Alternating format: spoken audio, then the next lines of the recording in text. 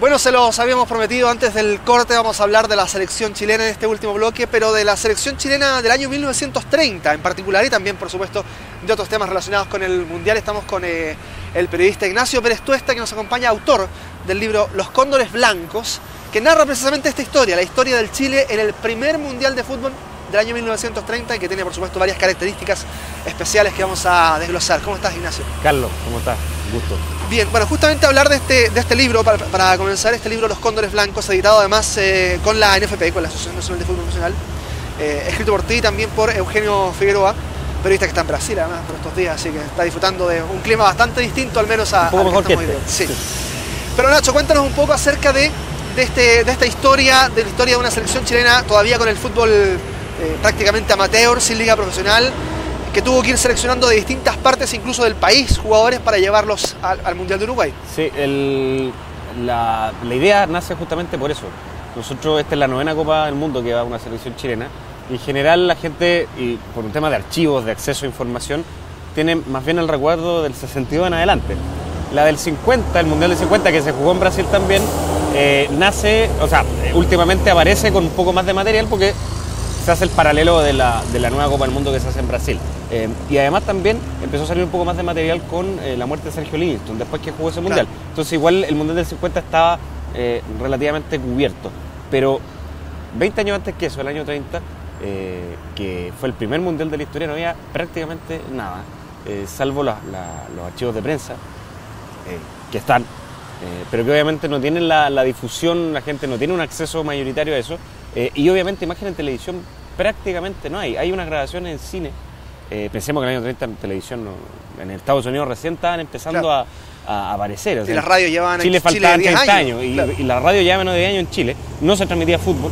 El fútbol no era profesional todavía. Entonces el acceso que había era poco. Y ese fue el motivo principal como periodista que nos gusta un poco investigar y tratar de buscar y escarbar en historias que no están muy contadas. Esa fue la motivación que tuvimos con Eugenio. Fundamentalmente ver que había material, también material en Uruguay. Con Eugenio viajamos a Montevideo un par de veces a buscar material y felizmente encontramos mucho. Y eso al final dio el origen a este libro que además tuvo la buena visión de la NFP de apoyarlo, porque es un rescate patrimonial de una selección que además fue la primera selección en una Copa del Mundo chilena y además en el primer Mundial. Es decir, es una selección que tiene un simbolismo muy grande. Claro, hablábamos justamente de esta selección que tiene ciertos detalles simbólicos y que hoy en día podríamos decir tiene muchos detalles muy distintos. Hoy en día la gran parte de la selección, prácticamente el 90 y tanto por ciento de la selección que va a Brasil, viene de equipos extranjeros, muchos de Europa.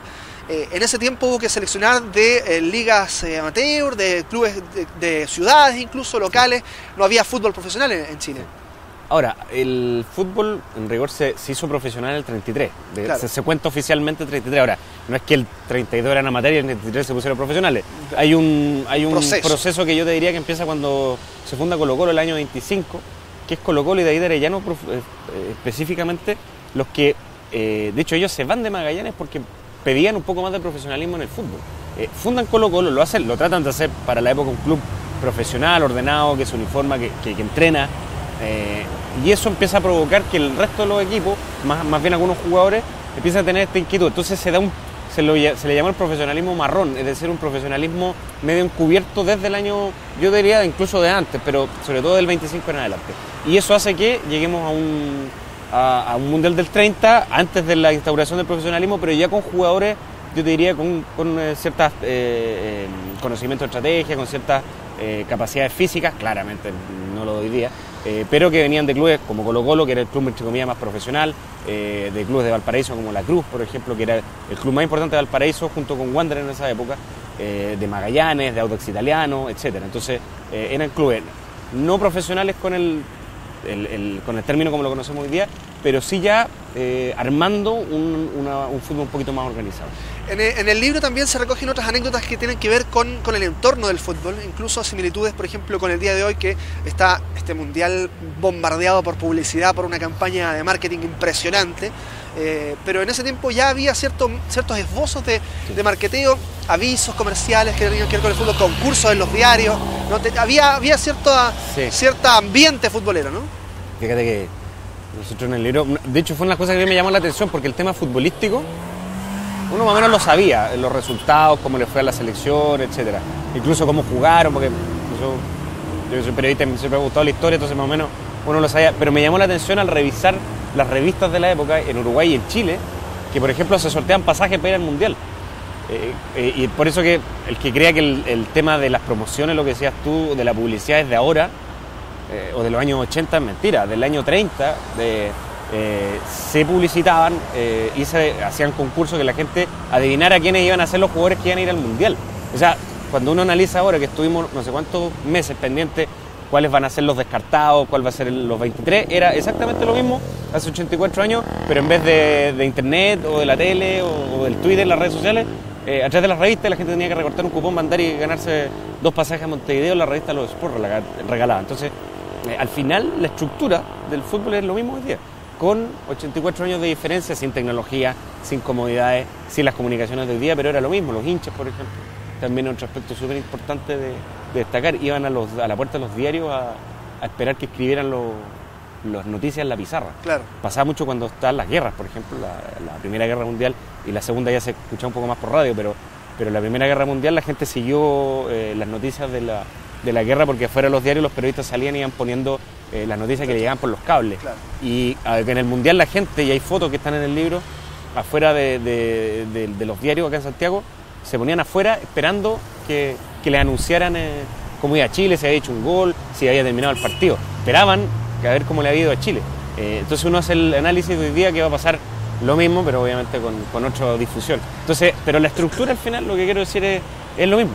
Lo que ha provocado el fútbol lo provoca ahora, esta semana que estamos ya empezando el Mundial, y hace casi 100. Es curioso, pero es muy lindo darse cuenta.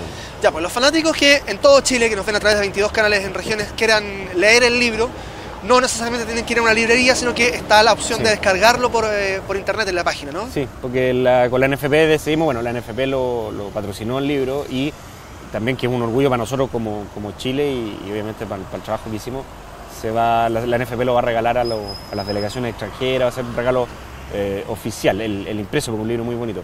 Pero también nosotros llegamos a un acuerdo, lo conversamos, dijimos, se van a imprimir tan poco, es un trabajo que una historia que la gente mayormente no se conoce, sería como un pecado que no tuviera acceso mayormente el hincha a tenerlo, así que se decidió y está gratis en el PDF. A los que nos gusta el papel no es lo mismo, pero bueno, claro, pero está la posibilidad, la gente lo puede bajar, lo puede imprimir. Está en la página de la NFP, anfp.cl, ahí buscan en las noticias, ahí está el link para descargarlo y bueno, ojalá, y le ha ido muy bien además, porque la gente es una historia, como digo, que no se conocía y que hoy día por lo menos salió un poquito a la luz y está a disposición de todo. Ya, pues ahí en pantalla entonces está apareciendo la dirección para que puedan descargarlo quienes quieran. Volvamos al momento actual, a una selección que ya está hace algunos días en Brasil, esperando por supuesto el debut contra Australia el próximo viernes. ¿Cómo ves a esta selección? ¿Cómo ves el futuro de estos 3 partidos del Grupo B? Yo hoy día en la mañana leía tanta cosa, lo que pasa es que como estamos metidos nosotros en el tema, claro, uno lee una cosa, que el parte médico de que la otra selección probó otro ensayo, entonces estamos con tanta cosa que al final uno es súper difícil. Alguien decía que hay una forma de censura nueva. La censura es cuando no te cuentan algo, te prohíben contar algo. Claro. La censura nueva es cuando te cuentan muchas cosas y al final uno no... Al final no claro, tienes tanta información que al final terminas desinformado. Un poco eso pasa ahora, con el exceso de información. Salió una inglesa que dijo que Chile iba a salir campeón del mundo hace unos días. Entonces estamos recibiendo tanta cosa que cuesta mucho abstraerse a eso. Yo creo que Chile tiene fútbol y tiene equipo... Si de aquí el debut no pasa nada raro, para pasar. No va a ser fácil, claramente. Aquí estamos hablando de algunos que es campeón del mundo. O sea, primero veamos la primera fase. Y más que eso, estamos todos Holanda-España. Resulta que Australia es el equipo que menos conocemos y puede ser por lo mismo el equipo más peligroso. De hecho, es más, Chile conoce muy bien España. Es un partido que a mí no me preocupa mucho. Lo puede perder Chile también, porque es el campeón del mundo. Pero si le ganara Chile a España, la verdad que...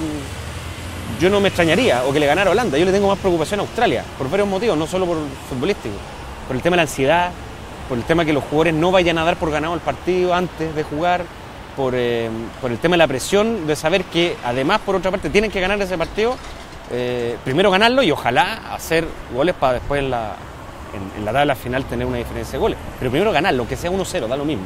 Pero hay que ganar ese partido. Entonces yo creo que se están como tratando de subir muchos peldaños antes de preocuparse el primero que Australia. Pero eso es lo único que me preocupa. Quizás la mezcla entre ansiedad y confianza, eso es lo único que me preocupa, bueno, siempre. Tú sabes la historia que tenemos de grandes fracasos, claro. Cuando está ahí mucha expectación, eso me preocupa un poco, pero en futbolístico... El ícono del 82 siempre quedó ahí presente. El 82, si uno mira para atrás también, la confianza de muchos equipos, de equipos en Copa Libertadores, claro. De selecciones que el ícono, como decías tú, el del 82, que Chile iba a salir, por lo menos iba a quedar en semifinales y fue una de las actuaciones más desastrosas. Entonces, Australia, lo primero, y yo creo que es un partido súper difícil, como te digo, no tanto por lo futbolístico, sino que por todo lo que lo rodea, pero Chile debiera pasar, o sea, tiene todo para... No era imposible el grupo de la muerte, sí, pero no es difícil.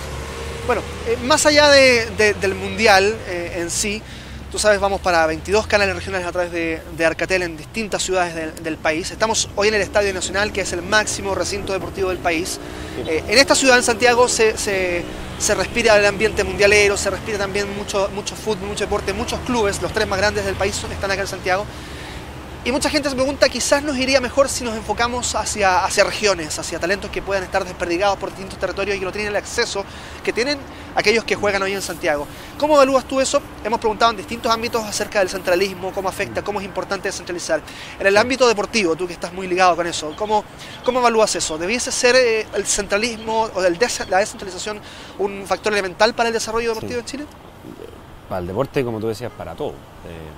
Aquí tenemos dos opciones, hablando del fútbol solamente, si los clubes grandes de acá de Santiago, que lo hacen, tienen buenas escuelas en las distintas regiones del país y de verdad hacen un trabajo potente, yo creo que se puede subsanar eso. Pero yo prefiero y me gustaría que los clubes de las regiones tuvieran una capacidad a nivel de divisiones inferiores de poder formar a los niños y a los jóvenes después, no solamente en términos futbolísticos, que yo creo que mayormente los clubes lo están haciendo bien en regiones general y tenemos ejemplos, sino que además en infraestructura y en el desarrollo integral. Al final llegan a triunfar los futbolistas que tienen mucha más cabeza, obviamente talento, pero no necesariamente el talentoso en bruto y sin inteligencia, sin una formación clara, al final no llegan. Fíjate que hoy día los jugadores que están, por ejemplo Claudio Bravo, que es el arquero de la selección, es un tipo, gran arquero, pero un tipo que se formó y lo formaron y hoy día está en la primera línea de Europa. Arturo Vidal, un tipo de origen humilde, pero un tipo que lo formaron muy bien, un tipo con una cabeza muy clara, un tipo muy responsable. Gary Medel, que modificó mucho su comportamiento en el último tiempo y ahora es un tipo que sigue siendo de la selección. Y si uno revisa todo, al final siempre prima el que llega, los grandes jugadores del mundo terminan llegando, a lo mejor no es tan talentoso, pero sí el que tiene mayor formación. Y eso yo creo que los clubes en las regiones, en Santiago se hace en general, pero me parece, creo que por ejemplo casos en regiones hay, el caso O'Higgins por ejemplo creo que está haciendo en una zona que, además es una zona que O'Higgins agarra toda la sexta región, claro, que es de futbolistas notables además, por ejemplo, y O'Higgins ahora tiene un complejo deportivo de primer nivel y lo está haciendo. Huachipato por ahí. Huachipato en la octava región. Me gustaría de pronto que en la séptima región hubiese un poquito más potente, porque Talca, Curicó, toda esa zona es una zona además muy futbolera, de grandes talentos. En el caso de, por ejemplo, la quinta región, se cumple un poquito con Wander y Everton, que también lo hace. Otra zona de muy buenos futbolistas. En el norte, Alexis Sánchez, nuestro símbolo, claro, jugador de una región de Tocopilla, en el norte. Creo que en el norte falta un poquito más de infraestructura, pero de los clubes. O sea, los clubes, porque al final los clubes son los que lo van a formar y los que en el futuro van a hacer el buen negocio vendiendo a un jugador con millones de dólares. Entonces, tiene que haber una perspectiva también, entendiendo que el fútbol es un negocio, pero también hay un tema de responsabilidad social que tiene que estar. Ya pues, Ignacio Perostuesta, está agradecido de esta conversación acá en Ñuñoa y por supuesto vamos a estar atentos a lo que ocurra en el Mundial y conversando en algún momento también aquí en Arcatel Noticias. Ahí estaremos, Carlos, gracias. Ya pues, bueno, y agradecerles a ustedes también que nos hayan acompañado en este especial del Mundial a puertas de la Copa de Brasil 2014 y por supuesto invitarlos a que continúen en sintonía de los 22 canales asociados a Arcatel en todo Chile. Que estén muy bien.